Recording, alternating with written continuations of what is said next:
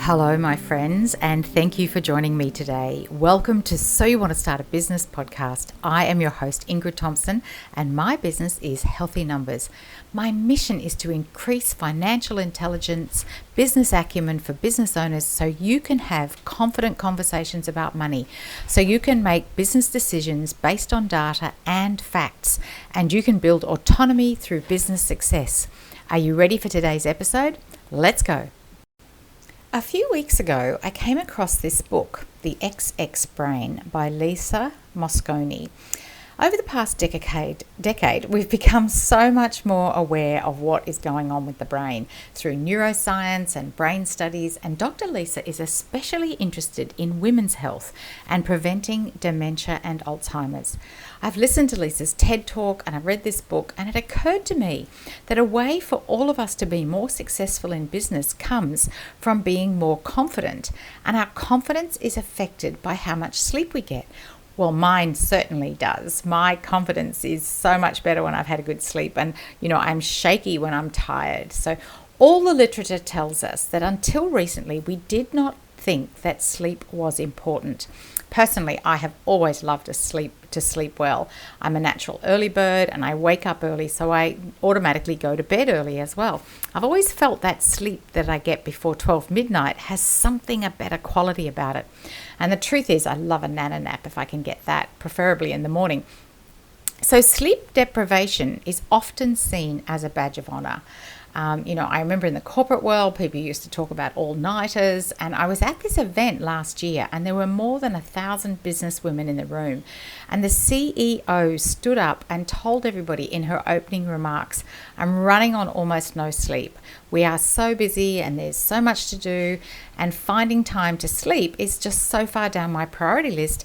I've learned to live on 4 hours sleep." I just could not believe that in 2019, here was the CEO of a business talking to a room full of business women and telling them that she's functioning on sleep deprivation. Were we still wearing this badge of honor? I thought it had all stopped.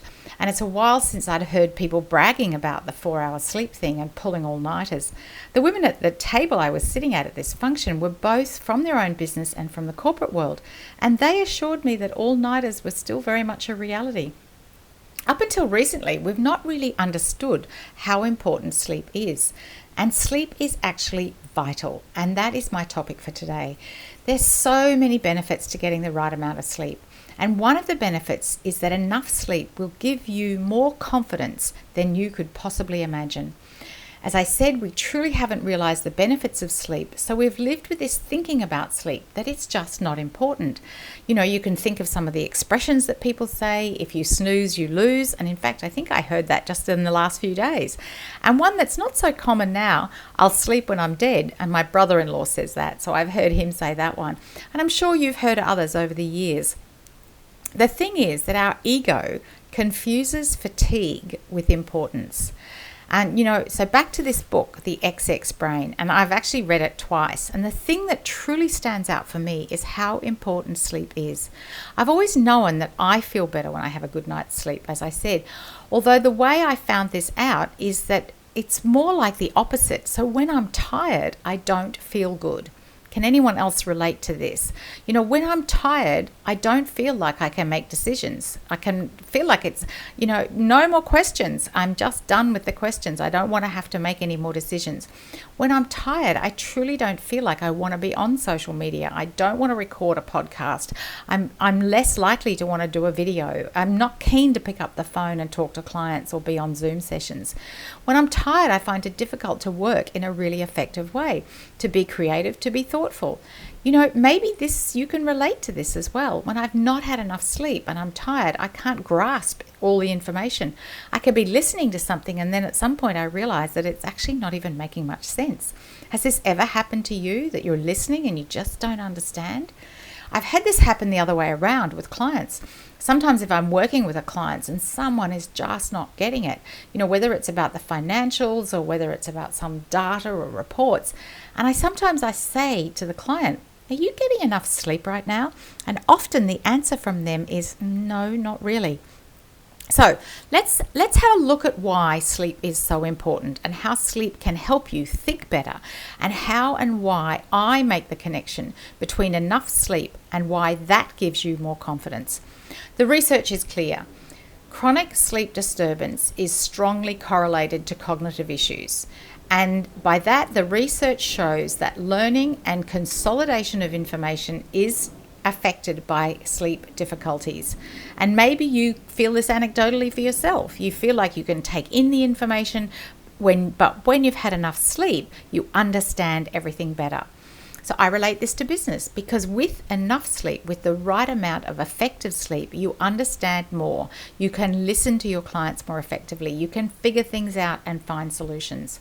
When we're asleep, the brain processes information and comes up with solutions to complex problems. Who's ever said to themselves, or someone has said to you, sleep on that and it will seem more clear in the morning? And it certainly does, because that's what being asleep does for us. Let me read you this bit from Dr. Lisa's book. It's from page 256 if anybody wants to grab themselves a copy. There's so much in here, so much detail. But she talks about, in actuality, an intricate succession of sleep stages is in the works. Of course, the first stage is managing to fall asleep in the first place. Once we've achieved that, we drift through the light sleep of the second stage. It's during this moment that the brain prepares to shut itself down, much like our computers do when put to sleep. During the third and fourth stages, your brain finally enters a deep, slow wave sleep. It's during this stage that the brain gets to tend to its housework, washing away the day's waste along with harmful toxins. And because Lisa's particularly interested in Alzheimer's and dementia, she talks about the Alzheimer's plaques and how that it's during this sleep that the brain actually washes them away because they're toxins. After a while, the restorative phase, after a while of your body being in this restorative phase, it's interrupted by the REM, rapid eye movement stage, cueing dream time.